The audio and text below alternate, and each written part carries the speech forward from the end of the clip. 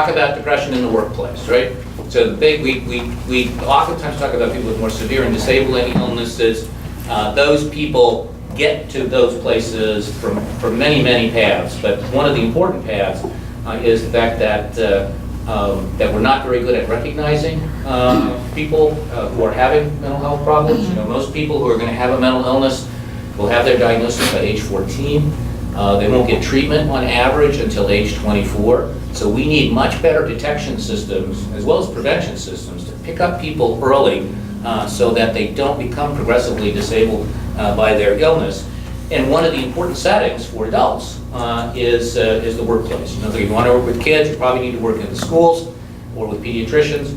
And if you want to work with adults, they spend most of their time in workplaces. So how can we more effectively work on depression in the workplace? And you'll see that we know a lot about that. And this notion about productivity and compromising productivity argues that it's in the employer's enlightened self-interest to do something about this, because these are very expensive problems for them, very prevalent and expensive.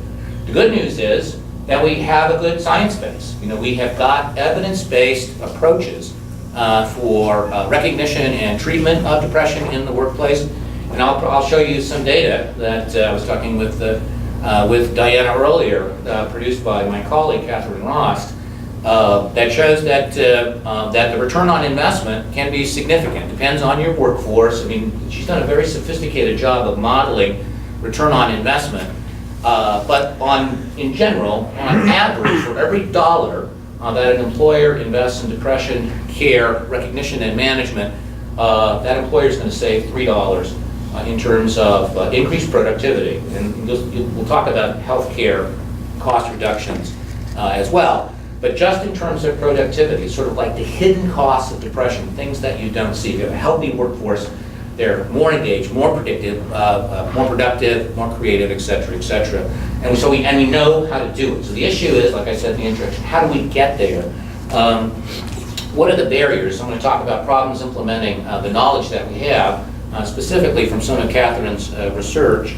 And we need to see how we can address these barriers to maximize functioning. And that's why I want you to help me think through it, because I'll show you that approach we used here wasn't successful, at least over the time frame in which it was used. So just some facts. It's probably known to most of you. Depression is very common. It's a very common condition. You know, depression, anxiety, and substance use conditions would be the three big hitters in terms of overall population health. And about 7% of employees experience a serious depressive episode each year. And that involves, you know, the typical sort of symptoms of depression, a series of sort of affective states, emotional states such as sadness, loss of interest, changes in sleep patterns. There are cognitive disturbances like difficulty concentrating. There can be greater sorts of conflicts. And then there are all kinds of behavioral aspects of that in terms of a negative attitude towards work, irritability, which can lead to conflicts, apologizing, shirking responsibility. So there are behavioral consequences for people who are depressed, which can oftentimes be attributed to sort of negative personality characteristics. So you're just a difficult person, you're an angry person, you're irritable, or you're just kind of spacey. You don't pay attention to what you have to do. And so the issue is, rather than sort of making a person attribution that it's something wrong, notice that when you do that, you're making the same old argument about it's not really an illness, it's a character flaw, right? It's because you're weak, it's because you won't concentrate, you don't get serious.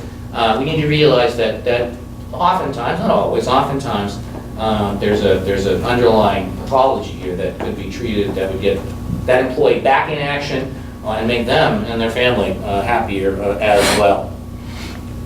So this is just details of what we know about depression in the workplace, and you can see that people who are depressed miss about 1.6 days per month on sick leave. That's not, if you're a 20-day work month, I mean, that's getting close to 10% of the time they're literally not there. And then the thing that's kind of changed a lot of this is this new concept of not that new anymore, of presenteeism.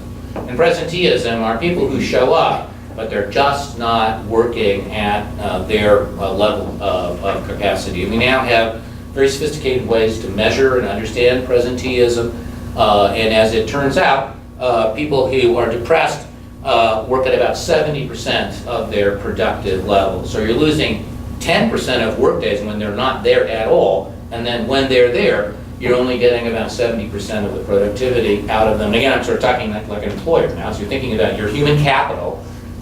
Your biggest investment typically in any business is in your personnel, and these things significantly cause problems.